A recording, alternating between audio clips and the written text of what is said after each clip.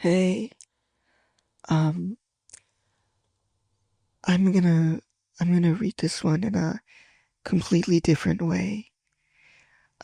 So like I'm just gonna pretend like I'm doing this and my parents are asleep in the other room or some shit like that. I don't know, but yeah, I'm just gonna read it quietly so there's more like variety and like the shit that the way that I'm reading stuff. Um, okay, so Zelda's Adventure from Wikipedia, the free encyclopedia. Zelda's Adventure is an action-adventure fantasy video game developed by Veritas Corporation and released on the CDI format based on the Legend of Zelda franchise. Set in the land of Tolamac, the game follows a non-traditional storyline in which Link has been captured by the evil Lord Ganon, and Zelda must collect the 7 celestial signs in order to rescue him. Released nearly 8 months after the first two Zelda CDI games, Zelda's Adventure uses a different game engine from Faces of Evil and Wand of Gamelon, whereas the first two CDI games were patented on the side-scrolling Zelda 2. The Adventure of Link, Zelda's Adventure, took the top-down The Legend of Zelda, A Link to the Past, and Link's Awakening as its models. Zelda's Adventure is the only Legend of Zelda game to feature live-action cutscenes. Reception for the game was negative, and whereas some critics have given more nuanced reviews of the first two games, Zelda's Adventure is regarded as one of the worst video games ever made. You know what they don't tell you about, like, talking like this? You have to breathe a lot more because, like, when you speak like this naturally, it's like it's way more like breathy, and I'm using a lot I'm using a lot more air on each word.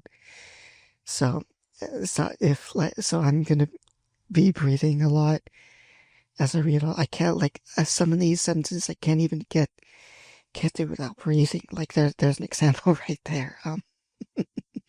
Okay. Gameplay. Fuck, I'm gonna need some water after this.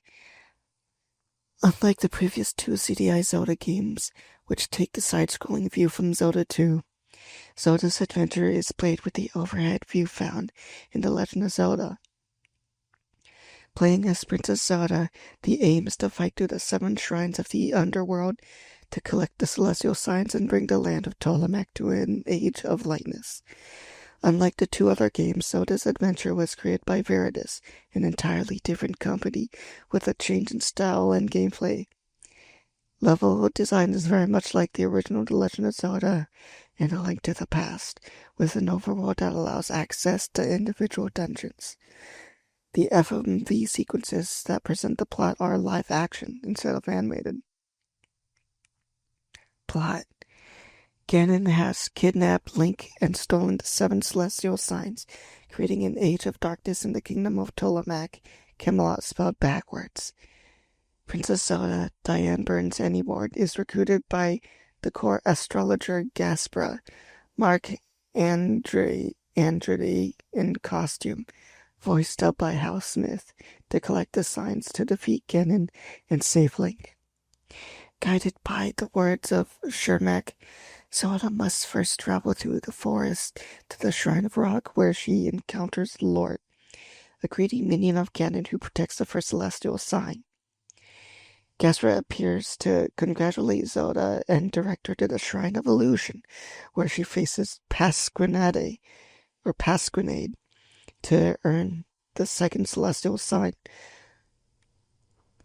Guided by the inhabitants of Tolamac, Zelda then makes her way to the mountains to conquer the Shrines of Air and Destiny before crossing the Great South Sea to challenge Egwanda at the Shrine of Water for the 5th sign. Gaspra directs Zelda once more to the Shrine of Power in the southeast where her strength is tested, before traveling to the Shrine of Fire where she will face Morbane. As Zelda reaches to collect the final celestial sign, Ganon's claw stops her, and she is drawn into his lair for the final battle. In the game's final scenes, the piece returns to Tolamac. Link is revealed to be safe, holding hands with Zelda, where the entrance to Ganon's lair once stood. The land now thriving, with new growth, and Gasper praises Zelda for saving Tolamac from Ganon and restoring peace and prosperity. Development. Oh my god, there's so much to fucking read. It's not that much compared to some of the other shit, so okay. Development. In 1989, Nintendo signed a deal with Sony to begin development of a CD-ROM-based system known as the Nintendo PlayStation, or the SNES to be an add-on to the Super Nintendo Entertainment System that would allow for FMV and larger games, which caused Sony to spin off their add-on into its own console called the PlayStation. Witnessing the poor reception of the Sega Mega CD. Hold on. Excuse me for 1 second. Okay, I'm back. Fuck, where is I? Witnessing the poor reception of the Sega Mega CD, Nintendo scrapped the idea of making an add-on entirely. As part of dissolving the agreement with Philips, Nintendo gave them the license to use 5 of their characters, including Link, Princess Zelda, and Ganon, for games on Philips' console called the CDI. After the partnership's dissolution. Contracting out to independent studios, Philips subsequently used the characters to create 3 games for the CDI, with Nintendo taking no part in their development except to give input on the look of the characters, based on the artwork from Nintendo's original 2 titles and all of their respective instruction booklets.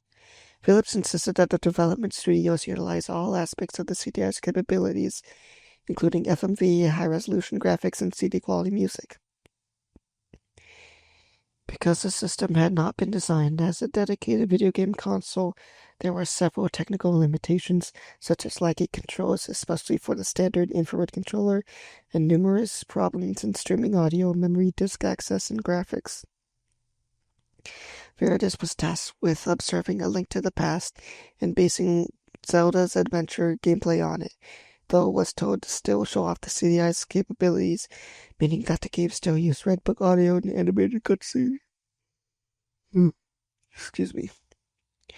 The backgrounds for Zelda's adventure were created from videos of scenery near Santa Monica Boulevard in West LA, footage of Hawaii taken from a helicopter, and the developer's vacation photos.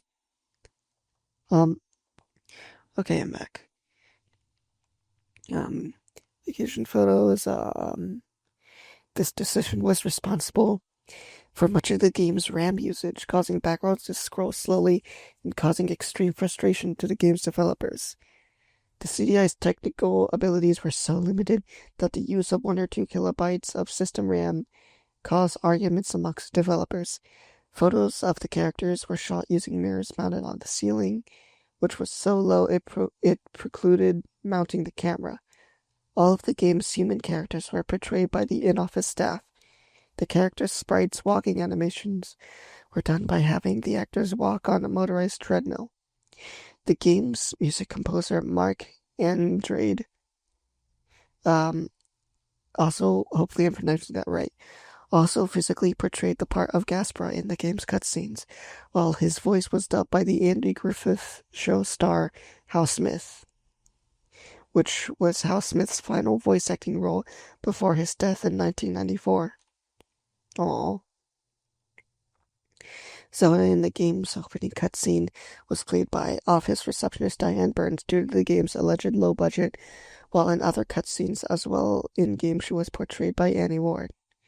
The houses and interiors built for the cutscenes were built as scale models.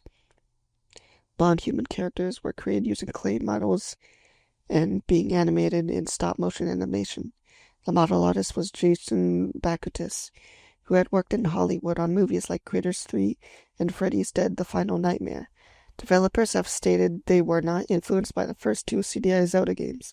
Zelda's adventure spent 2 years in testing, longer than it took to develop the game. Much more music was composed for the game than was used. Developers had difficulty making sure all of the areas of the game had proper background masking. There were plans to at one point to hire Echo and the Bunnymen to do the music.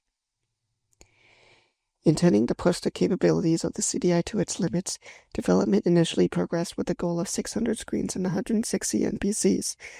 At this early stage, Veritas President Lee Barnes suggested that playthrough time might take as much as 300 hours.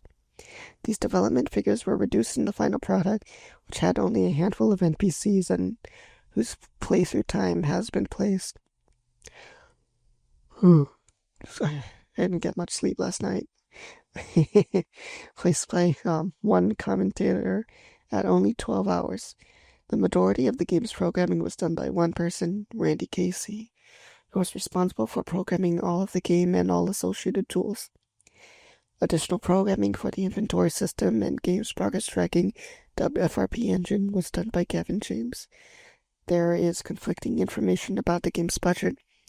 One developer claims there was no budget at all, while Bakutis claims, likely erroneously, it had, at the time, the biggest budget ever for a video game.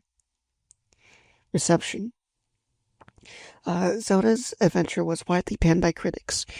The graphics of Zelda's Adventure were called blurry and digitized. Wired magazine said that the graphics were some of the worst ever encountered. The game's acting was criticized as unprofessional. Another flaw that had been identified is that the game could not produce both sound effects and music at the same time. Scott Shockey of OneUp.com called the box art of Zelda's Adventure one of the 15 worst ever made. Zelda's Adventure was released as the Philips CDI was being discontinued and has become very rare over time. As have the first two Philips Zelda games, Zelda Adventure is regularly sold for over $100. Despite giving positive reviews for Faces of Evil and Wand of Gamelon, neither Danny Cohen of OneUp.com nor Retro Gamer's Sean Paniak would extend them to Zelda's Adventure, which Paniak described as demonstrating arbitrary and illogical design, sloppy visuals, nearly non-existent music, excruciatingly high difficulty, and cumbersome loading and controlling. Gameplay for Zelda's Adventure has also been portrayed as a trial and error effort to guess which items can be used to defeat which enemy. Cohen called Zelda's Adventure practically unplayable due to the jerky frame rate, unresponsive controls, and long load times, summarizing his review with a warning to avoid the game at all costs. In discussing the popular online conception that Zelda's Adventure is superior to Wand of Gamelon and Faces of Evil, Retro Gamer pointed to the top-down perspective as fomenting misinformation regarding the game's similarities to the original Zelda, when according to Retro Gamer, the game is actually not worth playing. US Gamer staff ranked Zelda's Adventure as the second worst The Legend of Zelda game, noting that it is counted separately from the other CDI games due to being less terrible than the others. They considered it a well-meaning attempt to recreate the original Legend of Zelda on the NES, as well as crediting it for being one of two video games to let players play as Zelda, but felt that the lack of experience on the designer's part, as well as CDI's technical limitations, made it a dreadful game to play. IGN writer Pierre Schneider was excited that a new developer was chosen instead of the one behind Wand of Gamelon and Faces of Evil, though it still felt it was not worth playing, despite being an improvement over the other two games. He recommended it only to die-hard Zelda fans. Legacy. In April 2023, indie developer John Lay completed a port to the Nintendo Game Boy. The game was built using GB Studio and released on the indie game platform itch.io. In November 2024, an update was released adding color and quality of life improvements. On November 9, 2025, John Lay released version 2.0.0 as Zelda's Adventure DX, designed to run on the Nintendo Game Boy Color. Okay, that's it. I'm done. Bye.